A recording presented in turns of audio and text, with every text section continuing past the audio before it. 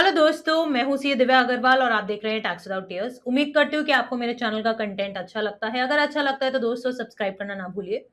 आज दोस्तों हमारी वीडियो का एजेंडा ये है, जो नए सर्कुलर्स आए हैं 54 जीएसटी काउंसिल मीटिंग के प्रेस रिलीज के बाद, आज हम उसको डिस्कस करने वाले हैं। सर्कुलर नंबर 230 जो आपका 10 सितंबर को इशू हुआ है एडवर्टाइजिंग एजेंसीज के ऊपर कि कैसे उनकी सर्विसेज को क्या हम इंटरमीडियरी में क्लासिफाई करेंगे, क्या वो एक्चुअल में इंटरमीडियरी नहीं होंगे, क्या उसका प्लेस ऑफ सप्लाई होगा, क्या वो एक्सपोर्ट ऑफ सर्विसेज हो सकता है या नहीं हो सकता। तो इसको देखने के लिए, इसको जानने के लिए वीडियो को पूरी एंड तक देखिएगा। अब दोस्तों ये सर्कुलर क्या कहता है? सर्कुलर आपको क्या कहता है? Clarification in respect of the advertising services provided to the foreign clients. अब इसके अंदर क्या है कि बहुत सारे जो ट्रेड प्रैक्टिसेस से लेटर्स आए, बेसिकली रिप्रेजेंटेशंस थे गवर्नमेंट को कि अगर इंडियन एडवर्टाइजिंग कंपनीज कोई भी सर्विसेज दे रही है फॉरेन क्लाइंट को, तो किस तरह से उनको एक्सपोर्ट बेनिफिट मिल सकता है। क्योंकि अभी तक जो था, कहीं ना कहीं प्लेस ऑफ सप्लाई या इंटरमीडियरी के कॉन्सेप्ट में एक कंफ्यूजन था। तो उस चीज को क्लैरिफाई करते हुए ये सर्कुलर आया है दोस्तों। अब ये सर्कुलर क्या कहता है, देखिए इशू को समझते हैं पहले हम लोग। A foreign company hires an advertising company, एक इंडियन एडवर्टाइजिंग कंपनी को हायर किया फॉरेन कंपनी ने, क्या क्या काम करने के लिए? बिल्कुल all the services, comprehensive services देने के लिए, that is ranging from the media planning, investment planning for the same, creating or designing the content, strategizing for the maximum consumer reach, identification of the media owners, advertising etc। तो अगर मैं आपको diagrammatic manner में बताऊं, तो diagrammatic manner में दोस्तों ये इस तरह से आ जाएगा कि फॉरेन क्लाइंट आपके पास आया है। फॉरेन क्लाइंट जो है वो एडवर्टाइजिंग कंपनी से सर्विसेज ले रहा है और वो आपसे कंप्लीट कॉम्प्रिहेंसिव सर्विस ले रहा है, जहां वो एड बनाने से लेके, प्रोजेक्ट करने से लेके, कस्टमर रीच तक पहुंचने से लेके अल्टीमेट आपसे रिपोर्टिंग वगैरह सब कुछ आपसे लेना चाह रहा है। और उसके रिस्पेक्ट में वो आपको फॉरेक्स में आपको पेमेंट भी कर रहा है। तो ऐसे में फर्स्ट थिंग, और इसी के रिस्पेक्ट में जो आपकी मीडिया एजेंसी है, बेसिकली जो एडवर्टाइजिंग कंपनी है, ये इंडियन मीडिया कंपनी से अपना कॉन्ट्रैक्ट भी करती है। तो क्या इस केस में जो एडवर्टाइजिंग एजेंसी है वो इंटरमीडियरी होगी या नहीं? तो इस ये सब चीजें हम इस सर्कुलर के थ्रू जानेंगे। देखिए, अब ये क्या कहते हैं, in this the media owner they raise the invoices to the advertising agency. क्योंकि अगर हमने, जो अल्टीमेटली फॉरेन क्लाइंट है, फॉरेन क्लाइंट ने सर्विसेज किससे ली? एडवर्टाइजिंग एजेंसी से, जो कि इंडिया बेस्ड है। और एडवर्टाइजिंग एजेंसी ने इस कॉन्ट्रैक्ट के रिक्वायरमेंट को फुलफिल करने के लिए अदर जो मीडिया हाउसेज है उनसे कॉन्ट्रैक्ट किया।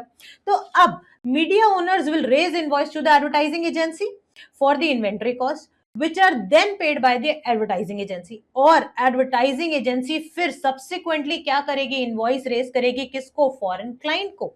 ठीक है, and then receive the payment in the foreign exchange. तो इसको और सिंपल टर्म्स में अगर आप देखोगे तो दोस्तों यहां पे आप देख सकते हो, ये देखिए, जो एक ये एडवर्टाइजिंग कंपनी है, ये सर्विस दे रही है फॉरेन क्लाइंट को, और उसी की सर्विस को फुलफिल करने के लिए ये एक और कॉन्ट्रैक्ट में एंटर करती है, जो कि मीडिया ओनर्स होते हैं, जहां पे अल्टीमेटली एड कहां प्रोजेक्ट करना है, कैसे करना है, क्या उसकी रिपोर्टिंग है, क्या उसका बेनिफिट हुआ, सब कुछ यहां से उसको रिसीव हो जाता है। तो ऐसे सिचुएशन में एक सेपरेट इनवॉइस जो होगा, ये इनवॉइस 1 यहां रेज होगा, और सेकेंडली एक इनवॉइस 2 यहां पे रेज होगा। ठीक है, ये इसकी कॉस्टिंग हो जाएगी, ये अल्टीमेटली इसकी इनवॉइस सेल्स का पार्ट हो जाएगा। अब देखिए, अब कंसर्न्स क्या आते हैं, वेदर द एडवर्टाइजिंग एजेंसी, जो यानी सेकंड हमारे लिए advertising agency can be considered as an intermediary between the foreign client as well as the media house. ठीक है, मीडिया ओनर्स, और अकॉर्डिंगली उसका प्लेस ऑफ सप्लाई क्या इंटरमीडियरी की तरह डिटरमिन किया जाएगा या फिर कैसे किया जाएगा, पहला कंसर्न। दूसरा कंसर्न क्या आता है कि whether the representative of the foreign client, यानी जो फॉरेन क्लाइंट का अगर कोई रिप्रेजेंटेटिव है इंडिया में, ठीक है, या फिर जो टारगेट ऑडियंस है उस एडवर्टीजमेंट की जो उसने रन करवाई है एडवर्टाइजिंग हाउस के थ्रू इंडिया में, तो हम उस बेसिस पे रिसिपिएंट अल्टीमेटली किसको मानेंगे? बिकॉज अगर हमें एक्सपोर्ट का बेनिफिट लेना है दोस्तों, तो एक्सपोर्ट ऑफ सर्विस को क्लास पूरे उसकी सारी कंडीशंस को फुलफिल करना पड़ेगा। कंडीशंस क्या है कि भाई सप्लायर जो है वो इंडिया का है, रिसीवर हमारा आउटसाइड इंडिया का है, प्लेस ऑफ सप्लाई हमारा आउटसाइड इंडिया का है। अब जो ये बेसिक इंटेंशन है कि वो इंटरमीडियरी है या नहीं, उसके बेसिस पे क्या प्लेस ऑफ सप्लाई डिटरमिन होगा, और अल्टीमेटली रिसिपिएंट कौन है, ये तीनों चीजें किस लिए बताई जा रही है, ताकि अगर हमारी ये कंडीशंस फुलफिल हो सके कि रिसिपिएंट हमारा आउटसाइड इंडिया है, ठीक है, किस सेक्शन में हमारा प्लेस ऑफ सप्लाई डिटरमिन होगा, बेसिस दैट अगर हमारी सारी कंडीशंस जो है एक्सपोर्ट ऑफ सर्विस की वो अगर हमारी कंप्लीट हो जाती है तो हमें एक्सपोर्ट के बेनिफिट मिल जाएंगे, वो हमें डिनाई नहीं होंगे। और लास्ट कंडीशंस क्या होती है कि भाई आपको जो पेमेंट मिली है वो फॉरेक्स में होनी चाहिए, unless otherwise allowed by the RBI, and lastly वो मियर एस्टैब्लिशमेंट्स नहीं होने चाहिए। अब फिर इसके बाद वो क्या कहता है, क्या इसकी प्लेस ऑफ सप्लाई जो है परफॉर्मेंस बेस्ड जो सर्विसेज में मानी जाएगी, क्या उसको सेक्शन 13 सब सेक्शन 3 में लिया जाएगा आईजीएसटी एक्ट के। तो ये तीन बेसिकली कंसर्न्स है जो इस सर्कुलर ने एड्रेस किए, बहुत इंपॉर्टेंट है, बिकॉज जितना भी एक्सपोर्ट का बेनिफिट था यानी रिफंड वगैरह अगर आपको नहीं ले पा रहे थे तो अब दोस्तों डेफिनेटली आप ले पाओगे, प्रोवाइडेड आपकी ये सारी कंडीशंस फुलफिल हो। अब ये क्या कहता है दोस्तों, पहली बात तो इंटरमीडियरी की क्या होती है कि वो प्रिंसिपल टू प्रिंसिपल बेस पे उसकी कोई सर्विस नहीं होती, वो सिर्फ फैसिलिटेट करने के लिए, हेल्प करने के लिए, अरेंज करने के लिए सर्विसेज आपके लिए बेनिफिट करता है। तो यहाँ पे as per section 2 sub section 13 of the IGST act read with circular number 159 जो कंप्लीट इन डेप्थ इंटरमीडियरी के बारे में बताता है, वो क्या कहता है कि वो सिर्फ अरेंज या फैसिलिटेट करता है गुड्स या सर्विसेज की सप्लाई को, कौन, इंटरमीडियरी, ना कि खुद से कोई प्रिंसिपल सप्लाई देता है। बट अगर आप यहाँ पे देखोगे तो जो फॉरेन क्लाइंट है और जो हमारी बेसिकली एडवर्टाइजिंग एजेंसी है, इनके बीच में कॉम्प्रिहेंसिव कॉन्ट्रैक्ट हुआ है, जहां फ्रॉम दी स्क्रैच की क्या मार्केटिंग है, कैसे करनी है, कैसे डिजाइनिंग होनी है, everything it is done by the advertising agency. और उसके पर्सुएंट में उसने और फर्दर सर्विसेज ली है और एक अलग से कॉन्ट्रैक्ट एंटर किया है, किसके साथ, मीडिया ओनर्स के साथ। तो ऐसे सिचुएशन में दो कॉम्प्रिहेंसिव एग्रीमेंट एंटर हो गए।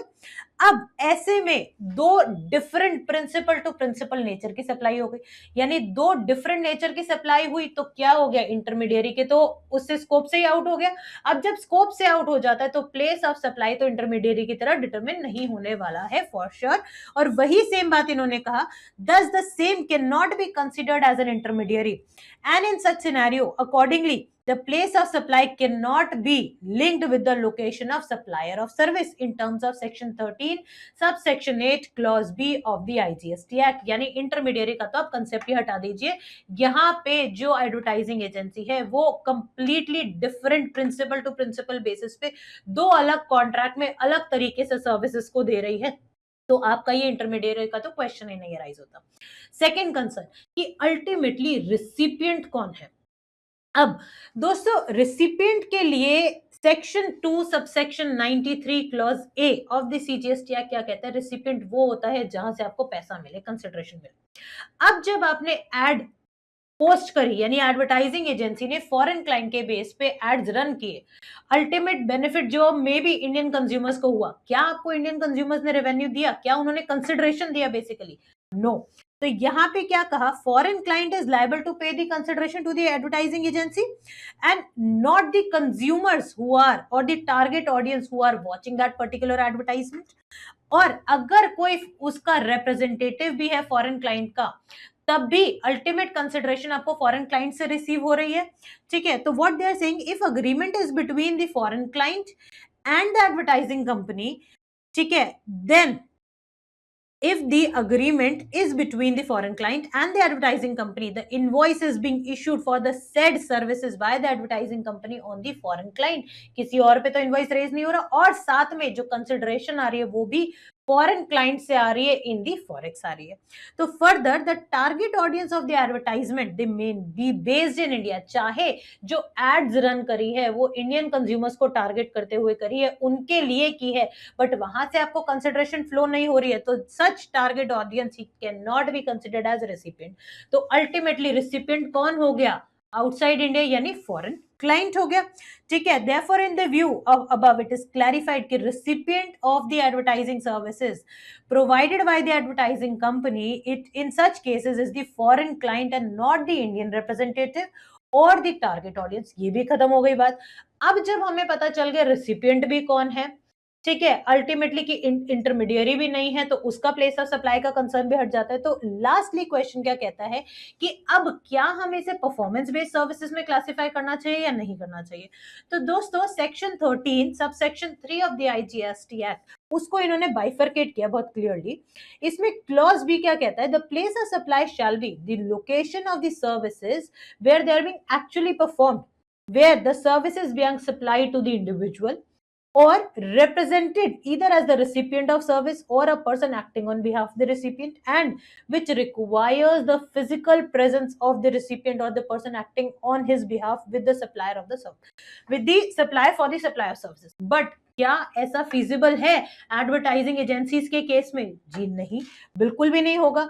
यहाँ पे कोई फिजिकल प्रेजेंस की तो रिक्वायरमेंट नहीं है of the foreign client, rather उसने क्या किया, एक कॉन्ट्रैक्ट एंटर कर लिया एक एडवर्टाइजिंग एजेंसी के साथ to run the ads and target consumers India के हो गए सारे के सारे। ऐसे सिचुएशन में फॉरेन कंपनी का कोई भी पर्सन तो आपके पास यहाँ नहीं है जो फिजिकली रिक्वायर्ड है या जो सर्विस को अवेल कर रहा है in person. Now since all these conditions are not met, तो बहुत क्लियर सी बात है परफॉर्मेंस बेस्ड सर्विसेज के अंदर इसका प्लेस ऑफ सप्लाई नहीं आएगा। दैट मीन्स जो जनरल रेजिडुअरी सेक्शन आ जाता है सेक्शन 13 सब सेक्शन 2, जिसमें कहते हैं supplier recipient of the service जो है वही आपका प्लेस ऑफ सप्लाई होगा, उसकी लोकेशन को हम प्लेस ऑफ सप्लाई मानेंगे। तो यानी अब आप देख सकते हैं सप्लायर ऑफ सर्विस कौन हो जाएगा, advertising agency India based, recipient of service foreign client outside India, place of supply recipient of service that is outside India हो गया। फॉरेक्स में उसको पैसा मिल रहा है, मियर एस्टैब्लिशमेंट अगर नहीं होगा तो एक्सपोर्ट ऑफ सर्विस में आपकी ट्रांजैक्शन क्लासिफाई हो गई और आपको एक्सपोर्ट बेनिफिट इजीली मिल जाएगा, आपको रिफंड मिल जाएगा। आपको रिफंड में जो अभी तक परेशानी आ रही थी अब वो नहीं आएगी क्योंकि बहुत इजीली सर्कुलर ने हर एक पॉइंट को क्लियरली क्लैरिफाई कर दिया है। अब इसके बाद दोस्तों एक और मेजर पॉइंट ये आ जाता है कि जहां इन्होंने फिफ्थ पॉइंट बहुत क्लियरली बोला है कि कई बार ऐसा भी हो सकता है कि जहां पे एडवर्टाइजिंग एजेंसी पूरा कॉम्प्रिहेंसिव मैनर में सारी सर्विसेज नहीं दे रही है इस फॉरेन क्लाइंट को, रादर एक एजेंट की तरह भी एक्ट कर सकती है। वो सिर्फ एक बेस यानी एक उसने फैसिलिटेट करा दिया मीडिया हाउस और फॉरेन क्लाइंट को मिलाने के लिए। तो यानी देखिए however there may be cases where the advertising company which is located in India, it merely acts as an agent of the foreign client in engaging with the media owner for providing the media space to the foreign client. In such cases जो agreement और contract होगा, ठीक है, for providing the media space and broadcast of the advertisement is directly between the media house as well as the foreign client. यहाँ उसने सिर्फ क्या किया, एक इन दोनों को मिलवा दिया, एक इंटरमीडियरी की तरह काम किया। तो ऐसे सिचुएशन में जितना भी केस हमने डिस्कस किया है वो नहीं अप्लाई होगा। यहाँ पे उस पर्टिकुलर मीडिया उस पर्टिकुलर एडवर्टाइजिंग एजेंसी को हम लोग इंटरमीडियरी की तरह ही क्लासिफाई करेंगे और उसको ये एक्सपोर्ट बेनिफिट्स नहीं मिल पाएंगे। ठीक है, तो इन such instances the service of providing the media space and the broadcasting the advertisement, they are directly provided by the media owner to the foreign client, and here this advertising agency is merely acting as an intermediary और accordingly जो यहाँ पे था clearly first question जो था हमारा intermediary का place of supply को देखा जाएगा section 13 subsection 8 clause B of the IGST act, accordingly place of supply determine होगा। इस तरीके से ही आगे कहानी बढ़ेगी। तो दोस्तों अगर आप सेपरेटली दोनों के साथ डील कर रहे हो, प्रिंसिपल बेसिस पे सप्लाई कर रहे हो, तभी आपकी अकॉर्डिंगली सर्विस प्रोवाइडर भी सर्विस रिसिपिएंट चेंज हो जाएगा, आपका प्लेस ऑफ सप्लाई रिसिपिएंट का लोकेशन हो जाएगा। आप रेजिडुअरी सेक्शन में प्लेस ऑफ सप्लाई को लेके जाओगे सेक्शन 13 सब सेक्शन 2 में, and accordingly you will be eligible to claim the benefits of the export of services. तो उम्मीद करती हूँ दोस्तों कि ये आपको पर्टिकुलर जो सर्कुलर है ये क्लियर हुआ होगा। कोई भी डाउट है, किसी तरह का कंसर्न है, definitely right it on the comment box, and if you like the content do subscribe my channel, do like the video and do share it among your professional circle. Thank you so much and have a nice day.